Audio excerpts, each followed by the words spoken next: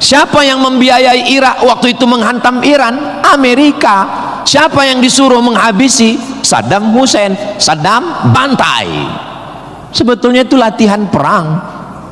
Maka ketika dihajar, menurut Donald Trump 4 hari saja untuk menyelesaikan Iran. Begitu 4 hari tidak selesai, dia ngajak gencatan senjata. Lalu apa jawab Iran? Kau yang memulai, kami yang mengakhiri.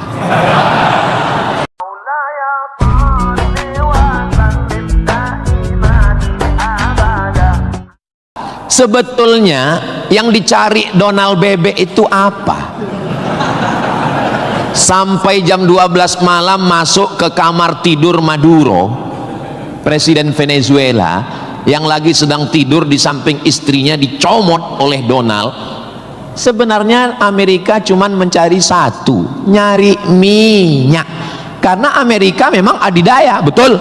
Amerika memang kaya, betul. Tapi Amerika nggak punya minyak, maka dia mesti ngambil Venezuela.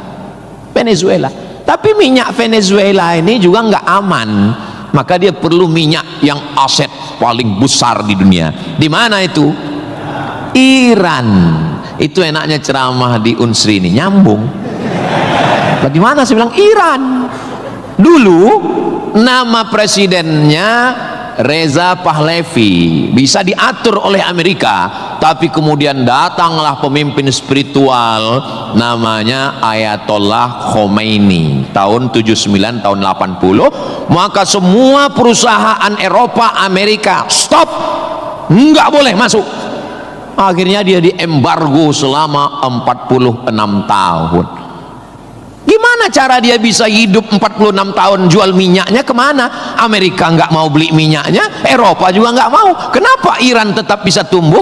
Dia jualnya ke Rusia dan Cina. Ada ilmu khusus yang mengkaji ini.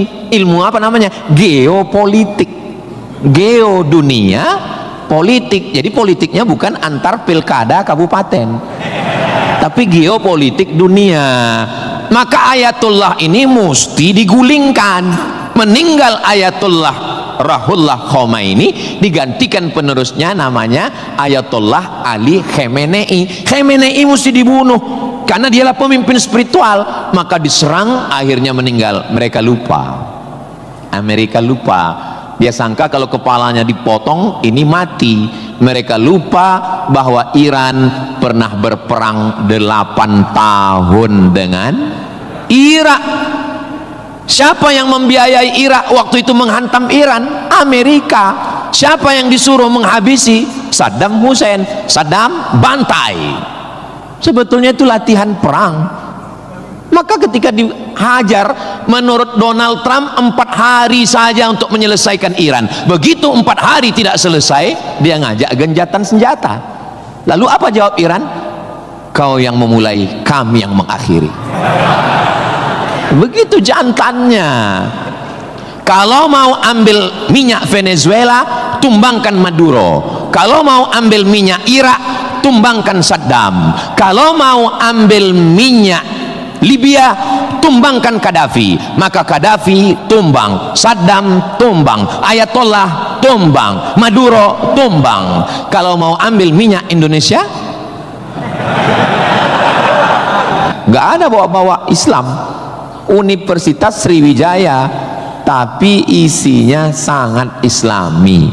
Mahasiswanya belajar di masjid, mahasiswanya dipisah laki-laki dan perempuan. Yang laki-laki di depan, yang perempuan di belakang, sehingga yang mahasiswa nggak bisa melirik mahasiswi, dan mahasiswi pun hanya bisa melihat tengkuk mahasiswa. Jadi nggak akan ada istilah pacaran di dalam masjid. Di luar kita nggak tahu. Mudah-mudahan Allah menjaga adik-adik semua. Bagi yang sudah daftar dan lulus belajar di Universitas Sriwijaya, ini nikmat yang terbesar. Syukuri dengan ucapan Alhamdulillahi Rabbil Alamin. Dan kita berterima kasih kepada orang yang mengajarkan kita cara bersyukur dengan berselawat untuknya. Allahumma sholli ala Sayyidina Muhammad wa ala ali Sayyidina Muhammad. Ini kampus luas sekali, Saya tadi dibawa dari sholat Masjid Polda pergi ke parkir helikopter, lalu kemudian saya sebenarnya mau cerita bahwa saya naik heli, itu aja sebetulnya. Iya, kadang orang cerita mutar-mutar substansinya sulit dipahami. Kenapa kita mesti naik heli? Ini kampusnya Ustadz kalau lewat tol lebih kurang 40 menit dari kota Palembang. Kenapa kampusnya mesti jauh? Ternyata di sini ada 700 hektar kampus yang begitu luas, dan di sini tidak hanya manusia, monyet pun jumpa tadi.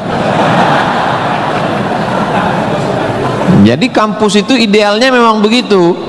Jangan sampai fakultas pertanian nggak pernah megang tanah, beternak ikan di atas kertas.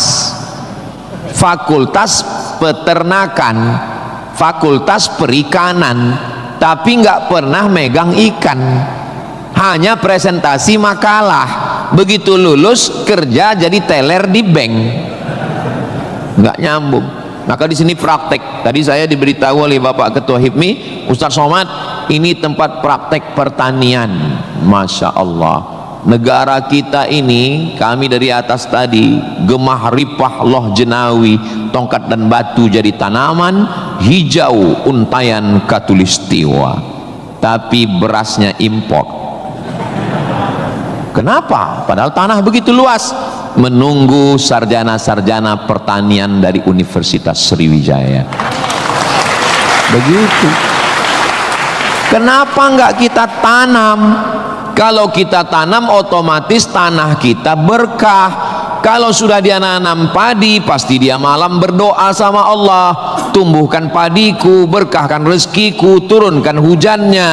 Kalau sudah ditanam, otomatis ekonomi bangkit, orang akan bekerja, otomatis padi tadi akan dibawa ke kilang padi untuk mengupas kulit padi jadi beras. Berasnya diperdagangkan, diniagakan di pasar-pasar hidup.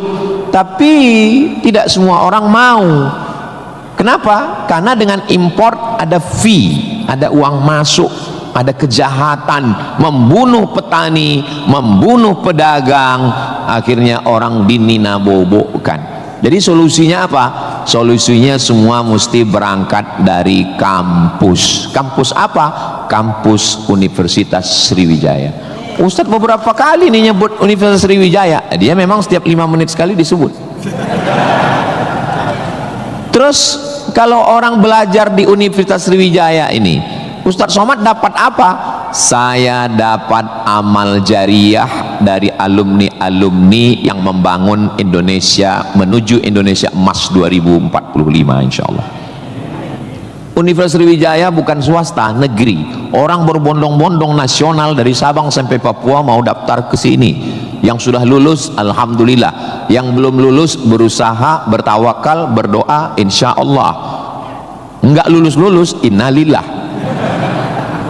Sudah lulus, belajar, banggakan orang tua. Nggak usah dulu matanya jelalatan, lirik sana lirik sini, nembak cewek nggak diterima, cinta ditolak, kapak bertindak. Nggak usah, serius aja belajar. Saya jadi mahasiswa sama seperti adik-adik. Saya sampai di Kairo 5 September 1998. Belajar 99, 2000, 2001, 2002. 4 tahun saya di Mesir, tidak pernah pacaran sekalipun. Makanya saya ngomong sekarang ringan. Coba kalau saya dulu playboy cap gayung, susah saya ngomong. Jadi apa yang kita rasakan waktu kuliah dulu, ya kita ngomongnya cair aja. Adik-adik jangan pacaran, yang penting kualitas belajar, sibuk menyibukkan pikiran untuk belajar. Terus Ustadz dulu nggak pacaran itu gimana ceritanya? Mahasiswa Indonesia 2400, yang laki-laki 2100, yang perempuan 300. Saya termasuk yang tereliminasi, kalah dalam persaingan. Tapi Kalau kita kalah dari satu sisi, jangan kalah dari sisi yang lain. Saya alhamdulillah untuk masalah pacaran mungkin saya kalah. Saya bukan petualang, saya kurang suka adventure. Tapi dalam masalah belajar saya serius. Di Al-Azhar tidak pakai sistem SKS, dia pakai sistem paket. 1 tahun ada 14 mata kuliah tambah 2 juz hafalan Quran dan dibagi 2 termen, 7 termen awal, 7 termen 2. 14 mata kuliah, kalau nggak lulus 3 ulang setahun. 3 mata kuliah itu hanya diulang dalam setahun, habis umur. Maka saya berusaha belajar pagi, petang, siang, malam, tetap tidur dan makan, dan akhirnya saya selesai S1 masuk bulan September, saya selesai S1 bulan Juli. Saya selesaikan S1 saya 3 tahun 10 bulan. Selesai 3 tahun 10 bulan. Belajarnya bahasa Arab, diktatnya bahasa Arab, dosennya orang Arab. Maka saya kalau ketemu sama mahasiswa, saya tanya, semester berapa? 4 Pak Ustadz.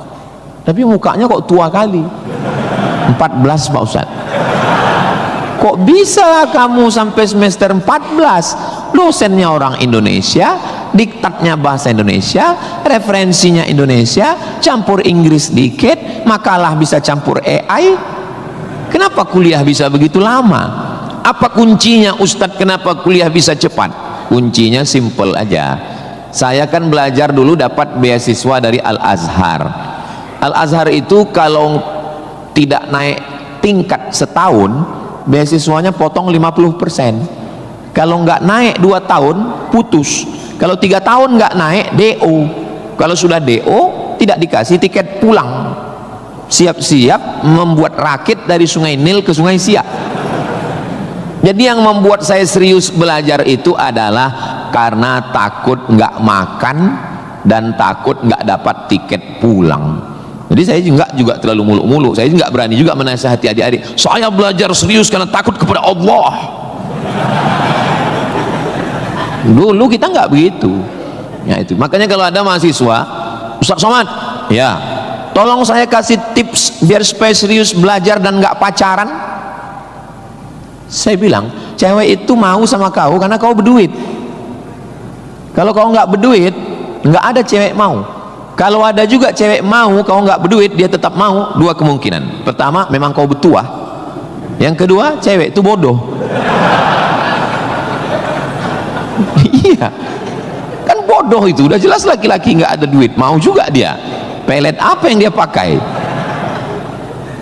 Dari semester 1 pacaran, semester 2 sampai KKN, bonceng sana bonceng sini, pergi sana pergi sini, pacaran 5 tahun, ditinggal pas lagi sayang-sayangnya. Mohon maaf, kalau ada mahasiswi yang mau pacaran sampai 5 tahun, itu sama seperti iklan roti, dibuka, dijilat, dicelupin, gak dimakan-makan. Kira-kira yang rugi cewek apa cowok?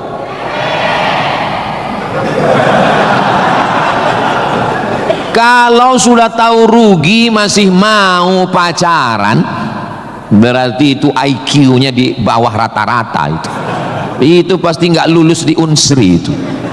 Di Universitas Sriwijaya ini orangnya cerdas secara intelektual dan cerdas secara spiritual dan cerdas secara emosional. Cinta, benci, marah, sayang, kecewa, bahagia, itu semuanya adalah emosional. Bahwa kamu jatuh cinta, kalau ada mahasiswa jatuh cinta sama mahasiswi, bersyukurlah, berarti kau nggak homo. Tapi ketika cintamu itu mengalahkan prestasi studi, ingat, orang tuamu bersusah-susah di kampung, kepala jadi kaki, kaki jadi kepala, dia bertani sawah di kampung. Pagi waktu dia mau pergi ke sawah masih bisa dibedakan mana bapakmu mana sapi. Begitu pulang sore sama bentuknya. Tiba-tiba kamu di kampus menjadi foto model, menjadi, nggak usahlah diteruskan, menyakitkan hati. Kenapa ceramah Ustaz Somad ini kok menyinggung saya terus ya? Kunci mendengar ceramah Ustaz Somad itu satu, jangan tersinggung. Ada beberapa orang tersinggung, pulang, meninggal. Saudaraku yang dimuliakan Allah, belajar ini seperti pakai kacamata kuda. Jadi waktu belajar dulu pakai kacamata kuda, jangan tengok kanan, jangan tengok kiri, fokus ke depan, tentukan arahmu, maka alam semesta akan membantu. Tentukan targetmu, mana last destination, stasiun terakhir yang mau ditarget mana. Setelah itu langkah kena kakimu, karena kau bertuhan, serahkan pada Allah. Bismillahi tawakkaltu ala Allah, la haula wala quwata illa billah. Ustadz dulu cita-citanya apa? Cita-cita saya selesai S1, habis itu saya S2, habis itu saya S3. Setelah saya doktor, saya mau jadi dosen, dan setelah nanti dapat duit, saya mau membahagiakan orang tua. Cita-cita saya nggak banyak, nggak ada cita-cita saya dulu diundang memberikan kuliah umum ke Universitas Sriwijaya, naik helikopter, nggak ada sama sekali, nggak terpikir di kepala saya, nggak ada terlintas. Cita-cita saya simple, singkat aja. Yang penting kuliah S1, S2, S3, habis itu doktor, jadi dosen, pulang ke kampung, ngajar, membahagiakan orang tua. Makanya waktu saya kuliah di Maroko, saya anak pertama, adik saya anak kedua. Kami cuma berdua adik beradik, saudara kandung laki-laki dua-duanya. Kata adik saya mau nikah. Saya tunggu kamu pulang selesai S2 di Maroko atau gimana? Saya bilang kau nikah aja duluan, karena aku nggak jelas tanggalnya nih kapan. Pulang pun aku belum tentu nikah. Aku masih banyak cita-citaku. Aku masih selesai S2, aku mau S3, aku mau jadi dosen, aku dapat uang, membahagiakan. Kau kalau mau nikah, nikahlah duluan, jangan terhalang karena aku. Alhamdulillah adik saya menikah duluan, anaknya sekarang sudah gadis, anak perempuan pertama, dan sekarang sudah belajar di Al-Azhar Kairo, Mesir. Jadi kita bagi-bagi, kau bahagiakan dengan ibu punya cucu, dan aku membahagiakan dengan kuliahku. Nah, jadi kalau kita mau kuliah, jangan juga kita halangi adik-adik kita yang mau nikah. Jangan sampai kita mau S2, S3, S teler, S cendol, S doger, S Bandung, sampai yang di bawah-bawah ini terhalang, terkendala. Tapi insya Allah adik-adik semua sesuai dengan apa spesialisasi kita. Jangan belajar di tempat yang kita nggak minat, nggak suka, akhirnya kita menderita. Kita udah nggak suka bidang ini, tapi karena terpaksa akhirnya menderita, stres, depresi, mati. Apa yang suka? Ini Pak Ustadz, anak saya ini dari kecil memang saya lihat kemana-mana bawa martil Pak Ustadz, masuk fakultas hukum jadi hakim konstitusi, insya Allah nggak lulus Pak Ustadz, jadi tukang. Mohon maaf Pak tukang, jangan tersinggung, karena masjid ini selesai juga karena ada tukang. Anak saya ini kemana-mana bawa jarum suntik Pak Ustadz, fakultas kedokteran, nggak lulus, pecandu narkoba. Nah, jadi kemana arah kita? Ustadz Somad dulu biasanya anak itu dari kecil sudah kelihatan itu bakatnya kemana. Saya tanya sama emak saya, aku mak dulu kecil kemana arahku? Kau dulu, kata emak saya, kalau kusuruh beli gula sama beli minyak ke warung nggak pulang-pulang. Kenapa? Cerita sama orang di warung itu, cerita. Kalau lagi keluar main dulu itu, kalau masuk kelas jam istirahat itu dulu namanya keluar main. Bapak Zul gitu juga? Berarti udah tua. Anak sekarang nggak tahu, sebaya kita berarti sama-sama 28 tahun.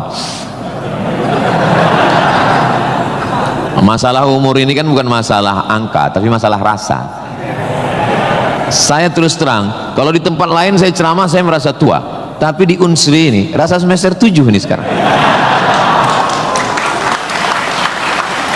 Nah itu, maka saya memang minta itu kepada Ustadz Kemas Ali, tolong kalau saya datang ke Sumatera Selatan 5 unsur mesti tercapai.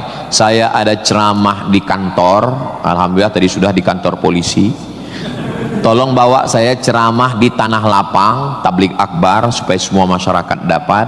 Yang ketiga ceramah di masjid supaya ada pengajian yang betul-betul ngaji, biasanya subuh. Yang keempat adalah ceramah di spesialisasi, kadang ceramah di IDI, Ikatan Dokter Indonesia, ceramah di PERADI, Persatuan Advokat Indonesia. Kemudian satu lagi di kampus. Kenapa saya minta kampus? Karena kampus ini masa depan. Kalau panti jompo itu masa lalu. Ustaz jangan disebut jompo, kami di sini ada juga yang tua. Saya tidak ada melihat orang tua di sini. Ini hanyalah anak-anak muda yang terjebak di tubuh yang tua. Nah, jadi sebetulnya masalah tua dan muda itu adalah masalah semangat dan perasaan. Kalau semangatnya muda, perasaannya muda, maka disebut dia dengan sumpah pemuda. Padahal yang bersumpah itu orang tua. Tapi karena dia semangat, memang luar biasa Masjid Nabawi Unsri ini. TV-nya 4 di kiri, 4 di kanan. Luar biasa Bapak. Kadang kita ceramah di beberapa masjid itu kecil aja TV-nya. Ini sampai 4. Ini menunjukkan anggaran untuk kampus ini memang hebat. Itu luar biasa. Jadi kalau ada orang mengatakan bahwa Sumatera Selatan itu bawahnya itu banyak emas, memang datanglah ke Unsri, memang terbukti atapnya pun emas. Nggak salah itu Pak Ketua HIPMI, memang banyak emas yang perlu digali di Sumatera Selatan ini, dan Unsri sudah mewujudkannya di atas. Siapa yang bisa melakukan bukan eksploitasi, tapi menggali potensi yang ada di alam ini, nah, itu adalah mahasiswa. Inna fi khalqis samawati, dalam penciptaan langit, wal ardi, penciptaan bumi, wa ikhtilafil laili wan nahari, perputaran siang dan malam, la ayat, itu semua adalah ayat-ayat. Apa yang kau tahu tentang ayat? Ayat kursi Pak Ustaz. Apa yang kau tahu tentang ayat? Ayat Al-Quran Pak Ustaz. Apa yang kau tahu tentang ayat? Ayat-ayat cinta Pak Ustaz. Ayat semesta. Inna fi khalqis samawati, penciptaan langit, dipikirkan dengan akal, muncul ayat, namanya ayat kauniyah, ayat semesta yang dikaji satu fakultas khusus, namanya fakultas bukan astrologi. Yang perlu dipelajari itu astronomi, bukan astrologi. Kalau yang astrologi itu, Anda lahir bulan April, bintang Anda Taurus, jangan jatuh cinta dengan Pisces, karena kalau ikan jatuh cinta dengan kambing, nanti tinggalnya di mana? Buang-buang waktu aja itu, nggak usah dikaji. Tapi ketika berpikir tentang astronomi, tentang ilmu langit, maka umat Islam sudah lama mengkaji itu yang disebut dengan ilmu falak. Ilmu falak itu yang dipakai oleh Badan Lembaga Hisab dan Ru'yah. Hisab artinya perhitungan, menghitung bagaimana tingginya matahari, bulan di atas ufuk. Kenapa terjadi persimpangan antara NU dengan Muhammadiyah tentang penetapan 1 Ramadan dan 1 Syawal? Itu berawal dari titik astronomi, karena menurut Muhammadiyah, kalau sudah nampak 1 hilal, walaupun dia tingginya 0,5 derajat atau 1 derajat, maka itu sudah dianggap sebagai hilal. Tapi menurut NU, Persis, Al-Wasliyah, Nahdlatul Ulama, maka mereka mensyaratkan sesuai syarat Mabim, Malaysia, Brunei, Indonesia, Singapura, mensyaratkan mesti 3 derajat. 3 derajat baru dianggap sebagai hilal. Kalau 1 belum dianggap sebagai hilal. Kata Muhammadiyah, 1 pun hilal. Kata NU, 3 baru hilal. Akhirnya datang wakil presiden Indonesia, namanya Bapak Yusuf Kala. Pak JK duduk dengan NU dan Muhammadiyah. Kata Pak JK, gimana kalau NU turunkan 1, Muhammadiyah naikkan 1? Karena beliau kan pengusaha, bisnismen. Biar supaya ketemu titik temu. Ya nggak ketemu, karena ini metodologinya berbeda. Akhirnya karena nggak ketemu, itulah terjadi dua perbedaan. Maka umat Islam di Indonesia dia saling menjaga perasaan masing-masing, akhirnya masing-masing mengamalkan. Yang satu dengan 1 derajatnya, dengan 0,2-nya yang satu, dan nanti akan terulang lagi pada tanggal 20, pada tanggal 19 hari Kamis 19 Maret itu nanti satu Indonesia akan mengeluarkan teropong untuk melihat astronomi, apakah nampak anak bulan atau tidak. Di Riau itu teropongnya dibeli dulu harganya 50 juta, sejak dibeli sampai sekarang nggak pernah nampak hilal. Ustaz kok tahu? Teman saya kebetulan salah satu yang bekerja di situ, dia pernah posting gambar di teropong. Saya tanya apa yang nampak, dibilangnya gaji 13 katanya. Nah, itu hanya bisa diselesaikan oleh astronomi, ilmunya, orangnya astronom. Inna fi khalqis samawati wal ardi, bumi, satu fakultas muncul namanya fakultas geologi. Geo bumi, logi ilmu, geologi ilmu bumi. Ternyata di dalam bumi ini ada batu bara. Di dalam bumi Sumatera Selatan ini batu bara. Ustaz tahu dari mana? Tadi waktu kami naik heli tadi. Ini nyebut heli ini 20 menit sekali harus diulang. Waktu kami tadi naik itu di Sungai Musi, di bawah banyak sekali kapal-kapal membawa batu bara. Batu bara itu di dalam tanah, tapi kalau di Sumatera Utara di atas tanah. Abdul Somad batu bara. Di dalamnya ada nikel, di dalamnya ada minyak, di dalamnya ada emas, di dalamnya ada fosfat, di dalam ada gas, banyak sekali. Sebetulnya yang dicari Donald Bebek itu apa? Sampai jam 12 malam masuk ke kamar tidur Maduro, presiden Venezuela, yang lagi sedang tidur di samping istrinya dicomot oleh Donald. Sebenarnya Amerika cuman mencari satu, nyari minyak. Karena Amerika memang adidaya, betul. Amerika memang kaya, betul. Tapi Amerika nggak punya minyak, maka dia mesti ngambil Venezuela.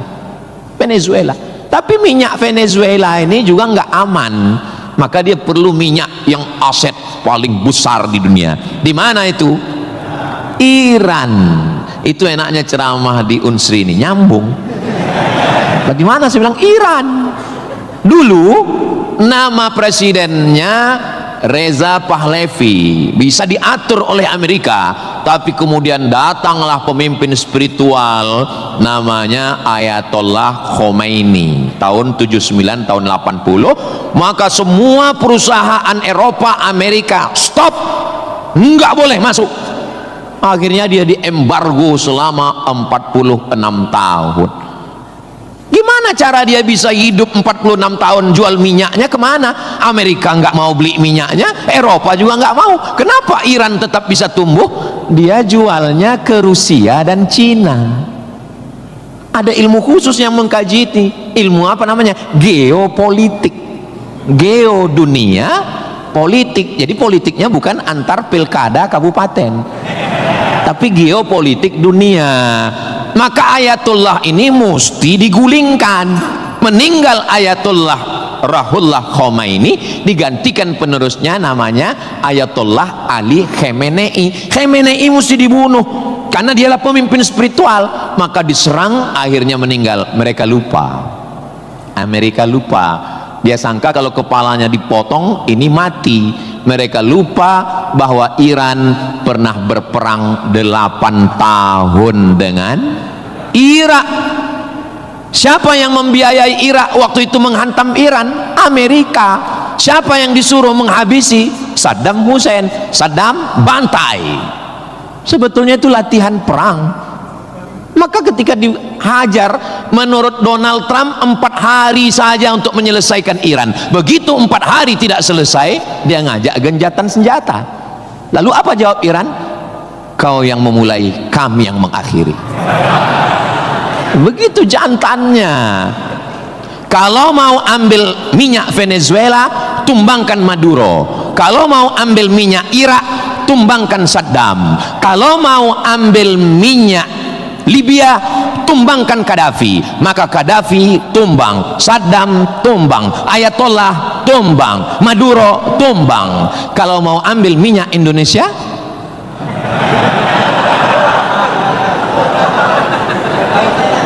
saudaraku yang dimuliakan Allah Subhanahu wa taala, itulah hebatnya. Jadi adik-adik, saya ajak 2 SKS kuliah geopolitik. Kenapa untuk mengambil minyak Venezuela mesti ditumbangkan Maduro? Kenapa untuk mengambil minyak Baghdad Saddam mesti ditumbangkan? Kenapa untuk mengambil minyak Libya Gaddafi mesti ditumbangkan? Kenapa Indonesia nggak ada yang ganggu? Karena di Indonesia nggak tumbang pun minyaknya udah dapat. Saudara yang dimuliakan Allah Subhanahu wa taala. Sebetulnya dulu, nggak tahu adik-adik belajar sejarah gimana, tapi kalau saya dulu belajar sejarah, Belanda datang ke Indonesia ingin mencari rempah-rempah, kayu manis, buah pala, merica, ketumbar. Kita pun waktu itu bingung. Nanya sama guru SD, ya, Belanda kesini naik kapal kayu jauh-jauh dari Amsterdam, 3 bulan naik kapal cuman mau cari rempah. Iya, katanya. Sekarang baru kita tahu mereka bukan nyari rempah, nyari minyak. Ini udah di kapling-kaplingnya. Papua emas, Sulawesi nikel. Ada satu pulau namanya Pulau Emas, Swarna Dwipa. Swarna Dwipa artinya pulau emas, nama lain dari Sumatera. Dulu ketika Portugis, ada satu negara namanya Portugal, orangnya namanya Portugis. Portugis dengan Portugal itu sama, cuman beda, nama negaranya Portugal, orangnya Portugis. Portugal itu bukan persatuan orang tua gatal. Mereka inilah yang datang untuk mengambil cengkeh ke Tidore dan Ternate, Sumatera, Kalimantan, Sulawesi. Antara Sulawesi dan Papua ada kerajaan kecil Tidore dan Ternate. Tanaman yang mereka cari adalah cengkeh, karena cengkeh hanya tumbuh di Tidore dan Ternate. Ketika mereka ambil bibit cengkeh mau ditanam di Eropa, musim dingin mati. Indonesia ini potensinya luar biasa. Tidak ada negara miskin, yang ada adalah negara salah kelola. Ustaz sedang bicara Indonesia? Tidak, negara kita kaya. Saya bicara tentang Konoha. Maka saya tidak pernah pesimis, saya selalu optimis. Makanya walaupun ini bulan puasa, lapar, tapi suara saya menggelegar kan? Karena saya di kampus Unsri, maka saya semangat. Tapi seandainya ceramah siang jam 2 habis khutbah Jumat ini bukan di Unsri, tidak begini isi ceramah saya. Paling saya, marilah kita banyak ingat mati, ini bulan Ramadan, mari kita banyak-banyak beristighfar, kita mengejar Lailatul Qadar. Tapi saya sedang bicara tentang masa depan. Saya bicara dengan mahasiswa, mereka yang akan melanjutkan tongkat estafet perjuangan ini. Saya yakin dan percaya bidang pertanian sudah, peternakan sudah, geopolitik mereka sangat paham, dan masalah spiritual batinnya mereka dididik di dalam Masjid Nabawi. Mereka diingatkan tentang 3. Adik-adik belajar agama ini nggak usah repot, nggak usah ribet, nggak usah jelimet. Yang penting di dalam hati itu ada 3. Pertama, akidah. Wujud qidam baqa mukhalafatu lil hawadisi qiyamuhu binafsihi wahdaniyah qudrat iradat. Ilmun sama basar kalam sifat 20. Ini akidah kita Imam Abdul Hasan Al-Asy'ari. Yang kedua, setelah akidahnya mantap, dia mau beribadah. Di mana caranya beribadah? Rukun, syarat, wajib, sunat. Inilah yang kedua, namanya fikih. Belajar fikih salat, belajar cara wudu, cara tayamum yang membatalkan salat, Tapi dua-dua ini nggak ada maknanya. Ibadahnya nggak bermakna, akidahnya nggak bermakna kalau tidak ada yang ketiga. Yang ketiga adalah akhlak, sopan santun, tata krama, budi bahasa, menghormati orang tua, memuliakan dosen. Saya sangat bisa untuk ceramah berdiri naik di atas ini, bisa. Kalau mau saya tadi minta sama panitia, Pak Panitia izin saya mau naik ke atas, boleh. Lalu kenapa saya nggak naik ke atas? Karena saya segan tapak kaki saya di atas kepala Pak Rektor. Saya di atas sementara Bapak Ketua DPRD di bawah. Itu namanya sopan santun, tata krama, budi bahasa. Tapi adik-adik yang di atas jangan tersinggung. Saya bukan menyinggung. Enggak apa-apa, demi Allah enggak apa-apa. Tapi Pak Ustadz khotib Jumat kan naik ke atas. Khotib Jumat di atas memang mimbar ini untuk khutbah. Mimbar Nabi itu tangganya cuma 3. 1, 2, 3. Maka kalau definisinya lebih dari yang dibuat Nabi adalah bid'ah, inilah mimbar yang bid'ah. 1, 2, 3, 4, 5, 6, 7, 8. Mimbar Nabi cuma 3. Sekarang orang belajar agama bukan mau menggali potensi agama, tapi hanya cukup dengan 5 jari. Jika tidak ada zaman Nabi, bid'ah. Apa ini? Orang mondok 7 tahun, belajar lagi di Al-Azhar, belajar lagi di Darul Mustafa Yaman, belajar lagi di Al-Ahqaf, terbang Syekh Syafiq dari Qudratullah, terbang ke Yaman belajar agama, bahasa Arab, nahu, sorob, balaghah, mantik, bayat, ma'ani. Ada orang ngaji cuman 5. Kalau tidak dibuat Nabi, bid'ah. Hari pertama ngaji online, hari kedua mulai membid'ahkan orang lain.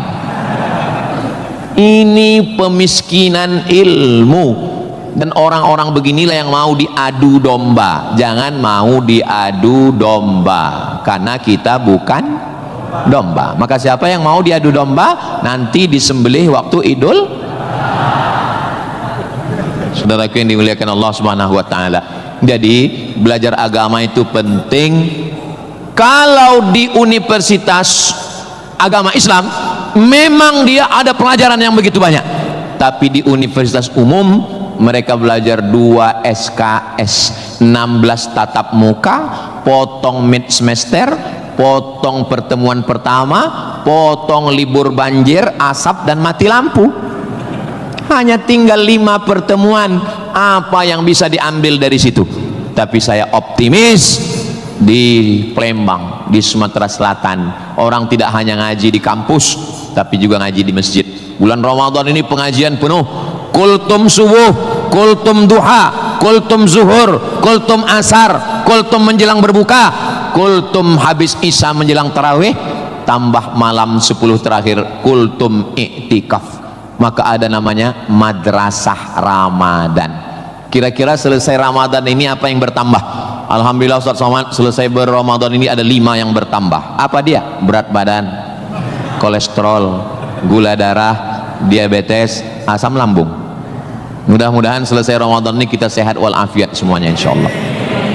Ustadz Somad ceramahnya jangan lewat dari jam 2.30. Kenapa? Karena kalau lewat Ustadz ditinggalkan helikopter. Begitu arahan tadi. Saya sebetulnya mau berlama-lama dengan adik-adik sekalian, karena saya nyaman ceramah di Unsri ini. Tapi apalah daya. Memang sedap makan ikan gulama, dimakan sambil nonton Harry Potter. Saya tidak bisa berlama-lama karena takut ditinggalkan helikopter. Itulah yang dapat saya sampaikan pada kesempatan yang baik dan mulia ini. Adapun tepuk tangan yang kurang semangat saya maklum karena lapar semuanya. Kepada Bapak Rektor dan maukah Bapak Ibu memaafkan kesilapan dan kekhilapan saya? Di akhir majelis saya tutup dengan satu pantun penutup. Menangkap puyuh di Bukit Selasih. Thank you dan terima kasih. Assalamualaikum warahmatullahi wabarakatuh. Tadi dipesankan Ustadz langsung baca doa Allahumma ja'al hadhil jami'ata jami'atan mubarakatan fiha. Ya Allah, jadikanlah Universitas Sriwijaya universitas yang penuh dengan keberkahan. Allahumma jazi asatidatina, berikanlah balasan terbaik kepada Bapak Rektor, Wakil Rektor, Dekan, Wakil Dekan, Ketua Jurusan, dosen-dosen kami ya Allah. Sahih ajsadahum, sehatkan badannya, qawi imanahum, kuatkan imannya, wajzi hasanatihim, berikan balasan terbaik untuk guru-guru kami ya Allah. Allahumma hafaz abna'ana wa banatina, adik-adik mahasiswa mahasiswi kami, jaga hati badan mereka dari fitnah akhir zaman ini ya Allah. Allahumma ja'al hadzal balada baladan amina, jadikanlah Sumatera Selatan Indonesia baldatun thayyibatun wa rabbun ghafur. Allahumma dafa'ana al-ghala wal waba wal fahsya wal riba waz zina, selamatkan dari malapetaka, bencana riba, zina, narkoba, perbuatan keji dan mungkar. Allahumma ansur ikhwanana al-mujahidin al-mustad'afina fi Palestin, tolong saudara kami yang sedang teraniaya di Palestina ya Allah. Rabbana taqabbal minna, terimalah salat kami, puasa kami, qiyamul lail kami, tahajud kami, zikir kami, khataman Quran kami, wa tammim taqsirana, sempurnakan segala kekurangan kami, waqtim bis salihati a'malana, tutup umur kami dengan husnul khatimah, kama jama'tana fi hadzal majlisil mubarak, sebagaimana engkau kumpulkan kami di majlis ilmu, di tempat terbaik, di waktu yang baik, dengan ibadah yang baik, kumpulkan kami nanti di surga bersama Nabi Muhammad sallallahu alaihi wasallam. Rabbana atina fid dunya hasanah wa fil akhirati hasanah wa qina adzabannar, wa sallallahu ala sayyidina Muhammad wa ala alihi wa sahbihi wa sallam, walhamdulillahi rabbil alamin. Taqabbalallahu minkum minna wa minkum taqabbal ya karim. Adik-adik jangan berdiri dulu, duduk. Saya dengan Pak Rektor dengan Civitas Akademika duduk di depan, lalu diambil fotonya dari sini. Soto bukan sembarang soto, soto dimakan di tengah laut, foto bukan sembarang foto, habis foto cepat diupload. Assalamualaikum warahmatullahi wabarakatuh.